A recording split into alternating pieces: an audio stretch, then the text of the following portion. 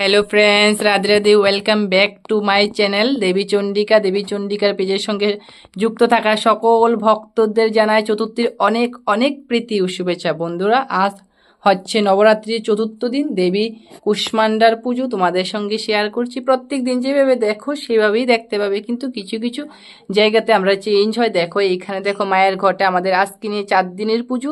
তো 4টা শাড়ি পরেছে, যেহেতু আমি মায়ের ঘটেই সমস্ত পুজো করি, সমস্ত যারই পুজো হোক না কেন আমি মায়ের ঘটেই পুজো করি। আমাদের মন্দিরে কোনো এক্সট্রা করে মূর্তি আসে না, তারপর এক্সট্রা কোনো ঘটও বসে না, মায়ের ঘটেই সমস্ত পুজোটা হয়। তো আজকে নিয়ে আমাদের 4 দিন, 4টা দেখো সমস্ত কিছু 4টা 4টা করে দেওয়া হয়েছে, কালকে আবার 5টা দেওয়া হবে। আজকে হচ্ছে কুষ্মান্ডা দেবীর পুজো, তোমাদের সঙ্গে শেয়ার করছি। দেখো এখানে ফুল দিয়ে সাজিয়েছি আজকে যে পুজোটা। বন্ধুরা, আজকে কিন্তু আমাকে অনেক সাহায্য করেছে দিদি ভাই, আমি কিছুই করিনি, শুধুমাত্র রাতে মাকে শাড়িটা পরিয়ে রেখেছিলাম, এতটুকুই আমার কাজ ছিল। আর দেখো আজকে যে শাড়িটা, এই শাড়িটা শেখেরপুর থেকে, সরি পাণ্ডবপুর থেকে দেওয়া হয়েছে বন্ধুরা। তো পাণ্ডবপুরের দাদাভাই এবং দিদিভাইকে আমি বলবো, যদি তোমরা আমার লং ভিডিও দেখে থাকো অবশ্যই দেখবে, তোমাদের দেওয়া শাড়িটা পরানো হয়েছে এবং দেবী কুষ্মান্ডা রূপে সেজে উঠেছে তোমাদের শাড়িতে, এবং এতটা সুন্দর লাগছে কি বলবো, অনেকটাই সুন্দর লাগছে। আর বন্ধুরা দেখো, এখানে মায়ের হাতে অমৃত কুম্ভ দেওয়া হয়েছে, সেটা সন্ধ্যা পুজোর উপর নামানো হবে। মন্দিরে যারা যারা উপস্থিত থাকবে মায়ের এই প্রসাদ চরণামৃত্যু দেওয়া হবে। যে যারা অকাল মৃত্যু হয়, তারপর মানে মৃত্যুর আগে মৃত্যু হয়ে যে রোগাগ্রস্ত ওই সমস্ত ব্যক্তিরা যদি সে অমৃতর কুম্ভের অমৃত পান করে, তাহলে অমর তো আর হবে না, কিন্তু শারীরিক সমস্যার সমাধান হবে। এবং যাদের অনেক অনেক সমস্যা আছে, লাইফে বিঘ্ন আছে, তাদের সমস্ত কিছু সমস্যার সমাধান হবে। তো যারা যারা মন্দিরের আশেপাশে তোমরা আছো, তোমরা চাইলে আসতে পারো মায়ের এই চরণামৃত নেওয়ার জন্য। আর আজকে যে কুষ্মান্ডা দেবীর সাজটা মন্দিরেরই, কিন্তু শাড়িটা পাণ্ডবপুর থেকে একটা মিষ্টি দাদা ভাই দিদি ভাই দুজন মিলেই দিয়েছে শাড়িটা, ওদের পরিবার থেকে দেওয়া হয়েছে।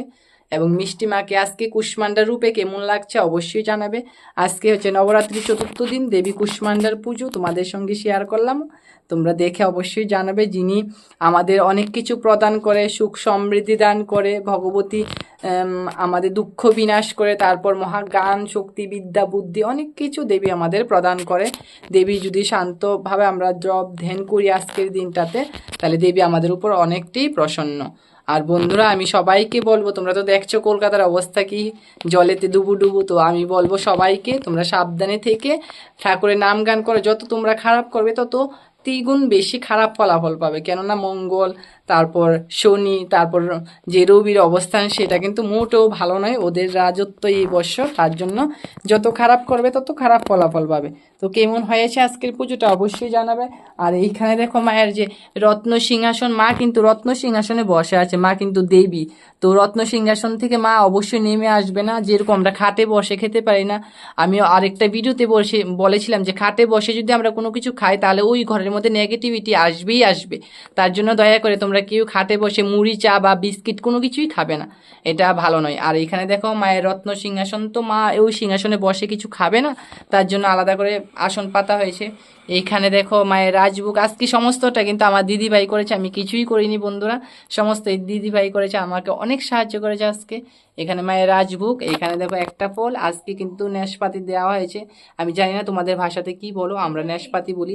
এখানে একটা পান, এখানে হচ্ছে গিয়ে সর্বদেবতার ভোগ, এইখানে হচ্ছে গিয়ে দই খই চিরা, আর এখানে যেটা 5 খণ্ডের বুক। তোমরা প্রত্যেক দিন দেখো শুধুমাত্র এই বুকটা চেঞ্জ হবে। দেখো আজকের দেবী মালপোয়া খেতে অনেক বেশি ভালোবাসে, অনেক। আজকের দেবীকে মালপোয়া দিতে হয়, এবং যারা যারা পুজোতে মানে পুজো ব্রত রেখেছে তাদের মালপোয়া খেতে হয়, নাহলে এটা মানে পুজোটা সম্পূর্ণ হয় না। দেখো বন্ধুরা, আজকের মালপোয়া, আজকে দেবীর ফেভারিট হচ্ছে মালপোয়া, কালকে হচ্ছে অন্য একজন দেবী, কালকে তোমাদের সঙ্গে শেয়ার করব। কেমন হয়েছে তোমরা অবশ্যই জানাবে।